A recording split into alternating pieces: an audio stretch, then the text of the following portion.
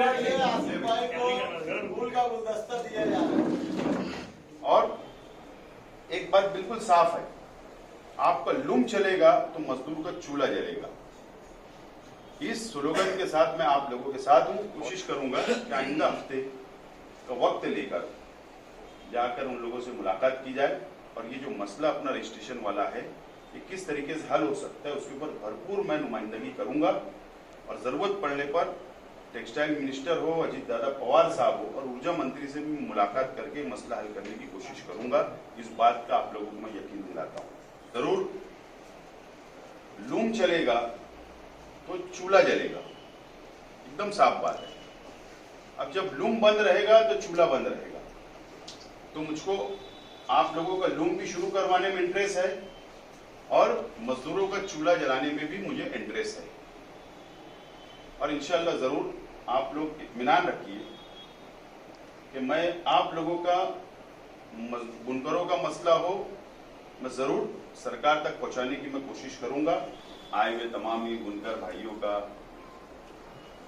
मालेगांव शहर राष्ट्रवादी कांग्रेस पार्टी की जानिब से आप लोगों का इस राष्ट्रवादी भवन पर इस्तेकबाल करता हूं। जब से शहर के अंदर मंदी के हालात आए, रजिस्ट्रेशन का मामला सामने आया, तकरीबन मैं समझता हूँ 6 महीने से सिलसिला चल रहा है। रजिस्ट्रेशन गवर्नमेंट ने जो पॉलिसी बनाई कि रजिस्ट्रेशन करना जरूरी है, जो रजिस्ट्रेशन करेगा उसको ही गवर्नमेंट सब्सिडी पावर में देने वाली है। और अभी तो 8-10 रोज से जो मंदी, बहुत ही जबरदस्त मंदी के हालात का सामना हम सब लोग मिलकर कर रहे हैं, इसके लिए शहर बंद है। सच बात तो यही है कि मैं पूरी मेरी नजर है हालात के ऊपर, पूरी मैं नजर बना कर रखा हूं। मार्केट की भी क्या हालात है उसके ताल्लुक से भी मैं जानकारी वक्त वक्त पर लेता रहता हूं। राष्ट्रवादी कांग्रेस पार्टी या मेरी जाती तौर पर कोई भी मजदूरों की यूनियन ही नहीं है, कोई भी तंजीम मजदूरों की मेरे पास अपने नहीं है और ना ही मेरी अपनी बुनकरों की कोई तंजीम है। आज अगर मैं राष्ट्रवादी में जाने से पहले भी मेरी कोई भी मजदूरों की तंजीम नहीं है। एक जमाना था 2005 में, उस वक्त मैंने तंजीम बनाया था, लेकिन वो 2 साल में ही उसको मैंने रजिस्ट्रेशन जमा करवा चुका हूं। लेकिन मसला लेके अगर मेरे पास मजदूर आए या बुनकर भाई आए तो मैं जरूर वो मसले को हल करता हूं, क्योंकि मैंने एक पॉलिसी बना चुका हूं। जो मसला लेकर मेरे पास आएगा मैं उसका मसला हल करूंगा, चाहे वो बुनकर हो, चाहे वो मजदूर हो, चाहे वो एजुकेशन लाइन के लोग हो, चाहे हेल्थ लाइन के लोग हो। रजिस्ट्रेशन के ताल्लुक से तो इससे पहले ही मैं असलम शेख साहब से मुलाकात बहुत पहले कर चुका हूं, एक मेमोरेंडम भी मैंने दे चुका हूं। उसके बाद वो टाइम वगैरह बढ़ने का सिलसिला शुरू हुआ, मुद्दत बढ़ते रही।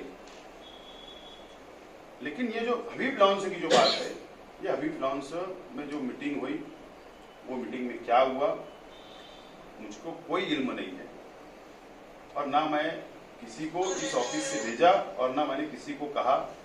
और ताज्जुब की बात आप ये समझ लीजिए कि आज तो आप लोग आए यहाँ पर आपका मसला लेकर। असलम भाई का सुबह फोन आया कि बोले नहीं ऐसा चलेगा नहीं, आप खामोश मत बैठो, हम लोग आ रहे हैं, हम लोगों को आगे बढ़ना पड़ेगा, मसला बहुत ज्यादा संगीन होते जा रहा है। मैंने कहा ठीक है 3 बजे मुलाकात कर लेते हैं। लेकिन आप ये बात समझ लीजिए, आप अपना मसला लेकर आज तो आ गए, लेकिन मजदूर मेरे पास एक भी अभी तक नहीं आया, ईमानदारी से बोल रहा हूं, एक भी मजदूर नहीं आया। और ना ही मेरे पास मजदूर यूनियन के जिम्मेदारान आए और ना ही उन्होंने मुझसे कहा कि आप आवाज उठाओ। अब जब किसी उनको ही मसला हल नहीं करवाना है, उनको ही अगर बन का पगार नहीं चाहिए तो मैं काहे के लिए आवाज उठाऊं।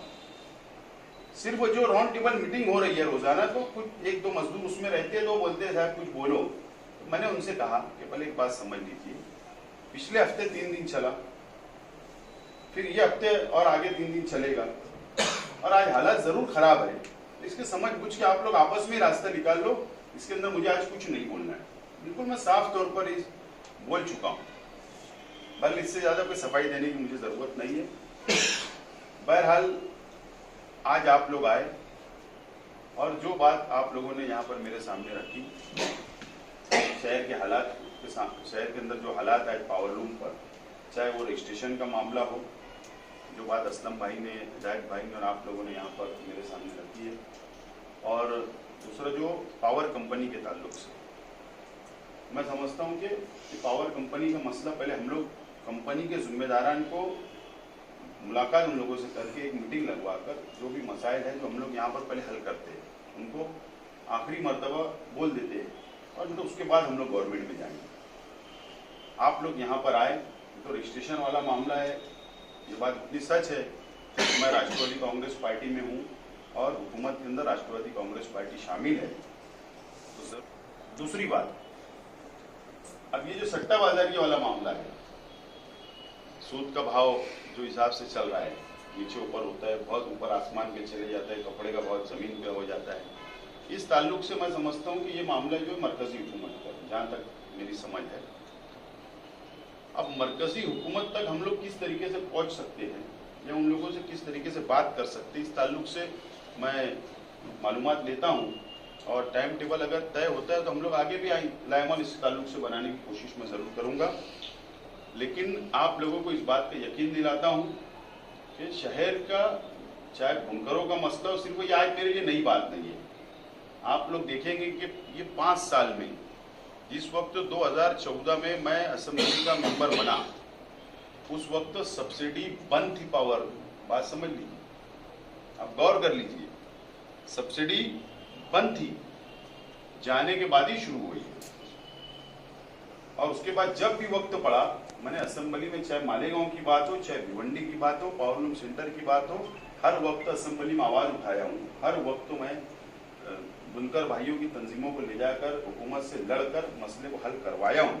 यह आज मेरी नई बात नहीं है, लेकिन होता ये है कि हमारे शहर के अंदर चाहे रोजगार का मामला हो, चाहे तालीम का मामला हो, चाहे कोई भी मामला, उसके अंदर सियासत नजर आती है, पॉलिटिक्स नजर आती है और सब ये कोशिश करते हैं कि क्रेडिट मैं कैसा ले लूं। अगर मैं शेख आसिफ को बुलवा लूंगा तो क्रेडिट बढ़ जाएंगी, मैं ये लीडर को बुलवा लूंगा तो क्रेडिट बढ़ जाएगी, मैं उसके पास चले जाऊंगा तो मेरी इंसलेट हो जाएंगी।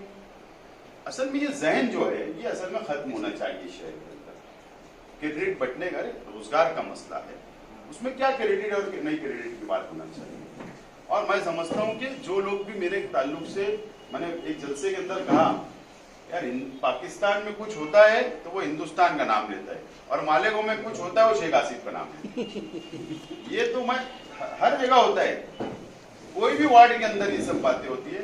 तो मैं आप लोगों को इस बात का यकीन दिलाता हूँ कि आप लोग इत्मीनान रखें, इंशाल्लाह मैं आप लोगों के शाना बसाना रहूंगा, इस बात को मैं यकीन दिलाता हूँ। और जरूर जरूरत पड़ने के ऊपर मैं बुनकर भाइयों के साथ हूँ